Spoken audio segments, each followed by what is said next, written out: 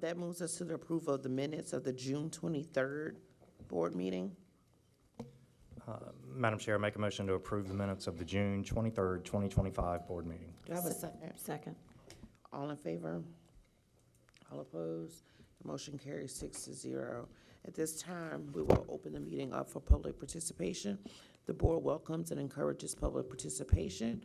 We respectfully ask that you adhere to the procedures provided in Board Policy BEDH, public participation at meetings.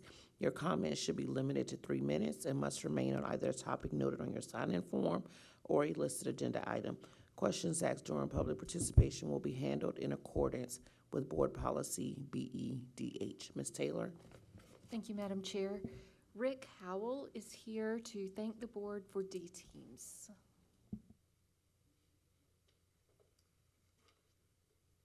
Madam Chairman, members of the board, and Dr. Ross, I want to simply come and thank you. I want to thank you for the position that you've taken in development of D-Teams.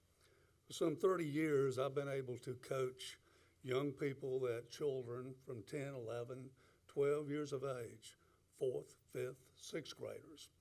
And what I've been able to do in kind of looking at these young children as they develop is recognize the academic success that these kids have. One is that as we talk about, what impact does it make? A child that plays sports, they do better with the GPA. They don't drop out of school, basically. The second thing is that they have they make physical things such as they build muscle, they exercise, they work hard, and then they have social. Social is a standpoint, they make friends, and they're able to talk to other friends. They learn how to set goals. And then it's the mental aspect. You know, kids who play sports, team sports, they have the anxiety kind of goes away. They don't get as depressed. And most of all, they're not suicidal. You know, we talk about the whole child and the whole curriculum of a child. Team sports helps develop that. Some time ago, I learned that to love and grow children, you have to invest in those children. Mooney Player is a football coach that we know. From some time ago, he had 2 sayings. One is to do what you say, and the other one is to invest and pay the upfront price. This board and other boards have paid the upfront price.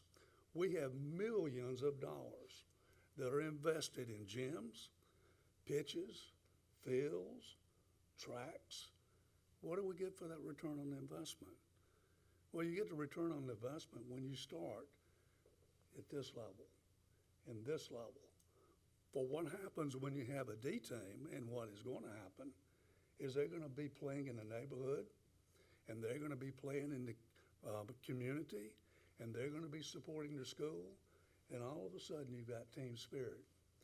The investment is like taking some small money, and then it grows, and it grows, and it grows, and it impacts the entire community.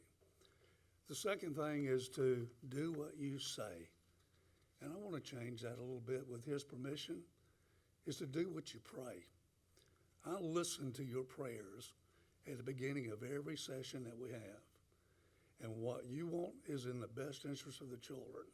Decision you have made is in the best interest of the child. That is D-Teams. Thank you very much. Let's love and grow our children. Kim Murphy is here to speak about school capacity.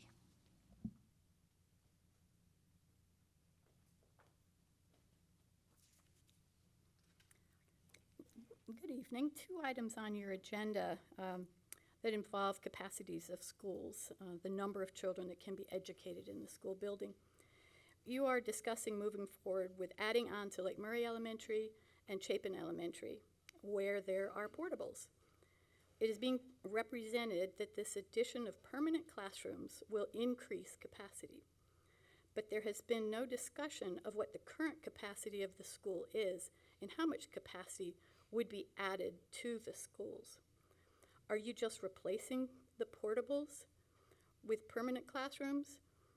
Are you adding more classrooms than the number of portables, which would actually increase capacity?